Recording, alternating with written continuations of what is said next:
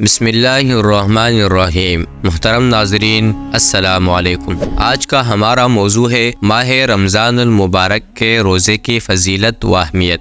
ہمیں اس بات پر یقینی کامل ہے کہ روزے کی فرضیت میں بہت سی حکمتیں و مصلحتیں پوشیدہ ہے، اگرچہ ہمارا ناراسا ذہن ان تمام اسرار و حکم اور مصالح تک نہ پہنچ سکے۔ رمضان المبارک وہ مہینہ ہے جس میں قرآن نازل کیا گیا، جو انسانوں کے لیے ہدایت ہے اور ہدایت کی واضح دلیل اور حق و باطل کے درمیان فرق کرنے والا ہے۔ لہٰذا جو شخص اس مہینے کو پائے تو اس کے روزے ضرور رکھے۔ خواہشات نفسانیہ کو دبانے سے قوت روحانیہ کو تقویت حاصل ہوتی ہے۔ روزے میں خواہش بدن و فرج کی شکست و ریخت ہوتی ہے، اس لیے لازمی طور پر روحانیت کو قوت و طاقت ملے گی، اور اسی جوہر روحانی سے آدمی انسان کہلاتا ہے۔ تو گویا روزے کے ذریعے انسانیت کی تشکیل و تکمیل ہوتی ہے۔ روزے سے جہاں روح کو طاقت ملتی ہے، وہی اس سے بدن کی بھی اصلاح ہوتی ہے، اس لیے کہ اکثر امراض معدے کی خرابی کی بنا پر پیدا ہوتے ہیں۔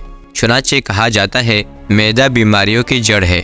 نبی کریم صلی اللہ علیہ وسلم نے بھی ایک حدیث میں فرمایا کہ انسان کے لیے سب سے خراب بات اپنے شکم کو پر کرنا ہے۔ لہٰذا جب پیٹ کا بھرنا امراض اور بیماریوں کا پیش خیمہ ہے تو اس کا علاج یہ ہے کہ پیٹ کو خالی رکھا جائے، اور روزے کے اندر یہی بات ہے کہ پیٹ کو خالی رکھا جاتا ہے، جس سے بدن کی اصلاح ہو جاتی ہے اور آدمی بہت سے امراض سے محفوظ ہو جاتا ہے۔ روزے کا ایک اہم فائدہ یہ بھی ہے کہ اس کے ذریعے سے آدمی کے اندر صبر و استقامت کی قوت پیدا ہوتی ہے، جو انسان کے لیے بڑی خوبی کی چیز ہے۔ روزہ دار کے سامنے عمدہ اور مرغوب غذائیں، ٹھنڈا اور شیرین پانی رکھا رہتا ہے، مگر ان کی طرف نگاہ اٹھا کر بھی نہیں دیکھتا، حالانکہ بظاہر اس کو ان چیزوں کے استعمال کرنے سے کوئی چیز مانع نہیں ہے، لیکن اس کا ضمیر اس کے لیے تیار نہیں ہوتا کہ وہ اپنے روزے کو برباد کر کے خدا کے غضب کا مستحق بنے۔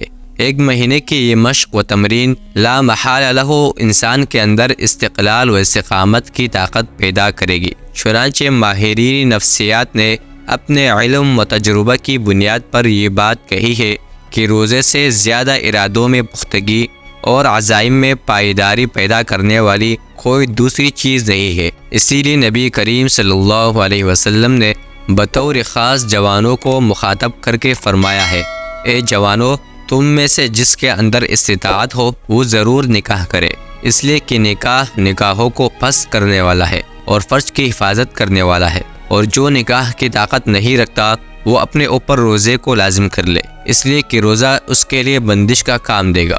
ایک موقع پر اسی مضمون کو یوں بیان فرمایا، ہر چیز کی زکوٰۃ ہے اور جسم کی زکوٰۃ روزہ ہے، اور روزہ نصف صبر ہے۔ اس حدیث پاک میں روزے کو نصف صبر اس لیے فرمایا گیا کہ انسان کے اندر تین قوتیں ہیں، ایک قوت شہوانی، دوسری قوت غضبی اور تیسری قوت روحانی، اور روزے سے انسان قوت شہوانی پر غالب آ جاتا ہے تو گویا اسے نصف صبر حاصل ہو گیا۔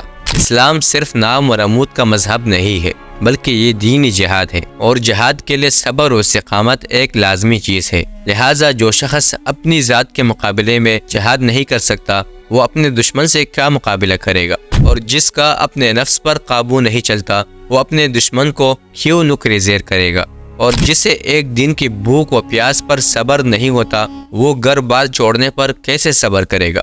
اس لیے سال میں ایک ماہ کے روزے کا حکم دے کر صبر و استقامت کی تمرین کرائی جاتی ہے، تاکہ آدمی جہاد کے لیے تیار ہو جائے۔ روزے کے ذریعے اللہ تعالیٰ کی عطا کردہ نعمتوں کی قدر و منزلت کا عرفان پیدا ہوتا ہے، کیونکہ جب تک آدمی کو بھوک و پیاس کی شدت کا احساس نہ ہو، اسے کھانے پینے کی سچی قدر کیا ہوگی؟ اور جب ان نعمتوں کی قدر و منزلت کی معرفت حاصل ہوگی تو اس کا زیادہ سے زیادہ حق ادا کرنے کی کوشش کرے گا۔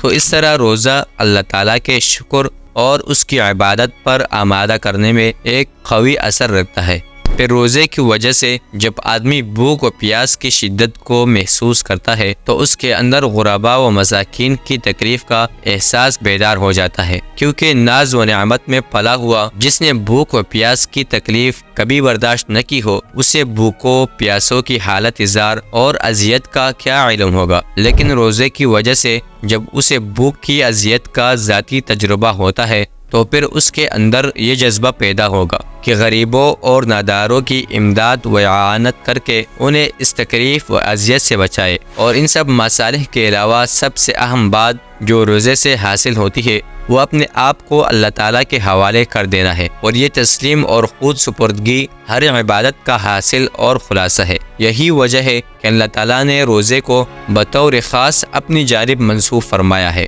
انسان کا ہر عمل اس کے لیے ہے، البتہ روزہ یہ خاص میرے لیے ہے اور میں ہی اس کا بدلہ دوں گا۔ وہ میرے لیے اپنا کھانا چھوڑ دیتا ہے، میرے لیے اپنا پینا چھوڑ دیتا ہے، میرے لیے اپنی عزت چھوڑ دیتا ہے اور میرے لیے اپنی بیوی کو چھوڑ دیتا ہے۔